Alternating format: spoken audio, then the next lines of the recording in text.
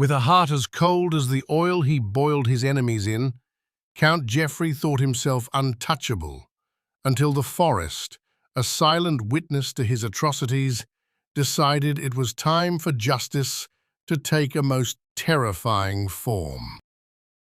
Let me take you back to medieval France, the early 1100s, an age of castles, crusades, and chaos. And in the province of Anjou, fear wore a name, Count Geoffrey Plantagenet. But don't confuse him with his famous descendants. Yes, his blood would one day flow through Henry II of England and even Richard the Lionheart. But Geoffrey himself? He was no king. He was a butcher with a title. Chapter 1. The Rise of a Tyrant. Geoffrey came into power during one of France's most unstable periods. The feudal system was crumbling, and lords ruled their land like private warlords. Geoffrey was barely more than a teen when he inherited the county, but he ruled like a man possessed. Early chronicles say he would ride into villages unannounced, looking for defiance. If he sensed disobedience, even imagined it, he'd order mass punishments. Fingers were chopped off, tongues ripped out. Public beatings, mutilations, and executions became weekly entertainment. But Geoffrey didn't stop at violence. He craved humiliation. He once paraded a rival noble naked through the streets, tied to a mule, covered in honey, and left him in the town square until he was stung to death by insects. It wasn't just cruelty, it was performance. Chapter 2. The Iron Cauldrons. And then came the boilings. Geoffrey installed massive iron cauldrons in several of his castles. Their purpose? Not cooking, punishment. Prisoners, sometimes entire families, were lowered into boiling water or oil slowly. Some were dropped in head first, others feet first, so they'd feel everything. The worst part? He sometimes invited guests to watch. Nobles, clergy, merchants. He'd treat it like a theatre show, with wine and music. Some accounts say he even had musicians play louder to drown out the screams. One chronicler wrote, "His court was a place where mercy had died and hell had found a throne." Chapter 3. Crimes against the Church. But Geoffrey wasn't just feared by peasants. He started targeting monasteries and churches, places no medieval noble dared violate. He believed the church was a threat to his power, so he made war on it. He looted sacred relics, melted gold chalices, and turned abbeys into stables.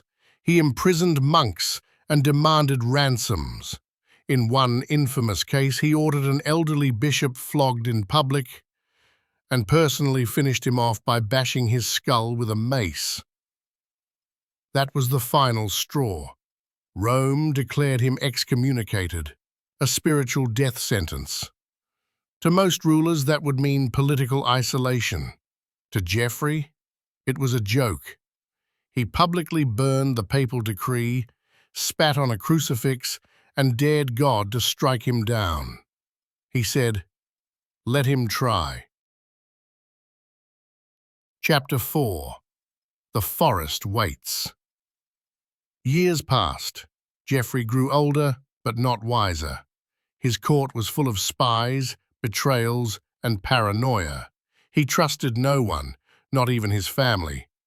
He was known to execute his own guards if they failed to bow low enough. And then one afternoon, something happened that no one saw coming. Geoffrey went riding alone into the woods. Some say he wanted to clear his head. Others say he was chasing a peasant who had escaped his dungeon. But no guards followed him. He was last seen riding down a narrow woodland path, with his hunting dog and his favorite horse, a massive black destrier named Morbrand, meaning shadow sword. Then silence. Hours passed, then a day. When his men finally found him, they expected an ambush. What they found was worse. Chapter 5. Karma arrives on horseback. Geoffrey had been thrown from his horse, but his boot had gotten stuck in the stirrup, and Morbrand had bolted. For miles the war horse galloped in terror, dragging Geoffrey behind it like a rag doll. His body was shredded, his arms were snapped in half, his jaw was dislocated, his entrails were hanging out. His face was so destroyed, only his ring and scorched mantle confirmed who he was. The road he had taken, witnesses said, looked like a trail of blood, teeth, and hair.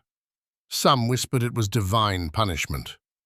Others said the devil had finally come to collect what belonged to him.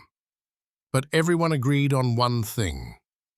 Geoffrey's death was more brutal than anything he ever inflicted. Geoffrey Plantagenet thought he was untouchable. He defied kings, mocked God. But in the end, it wasn't war or betrayal that brought him down. It was his own beast. The same force he used to terrify others, violence without limits, came back to claim him. So remember this. In the medieval world, cruelty made you feared, but it didn't make you safe. And when karma rides in, it doesn't come quietly. It drags you, screaming, through every sin you've committed.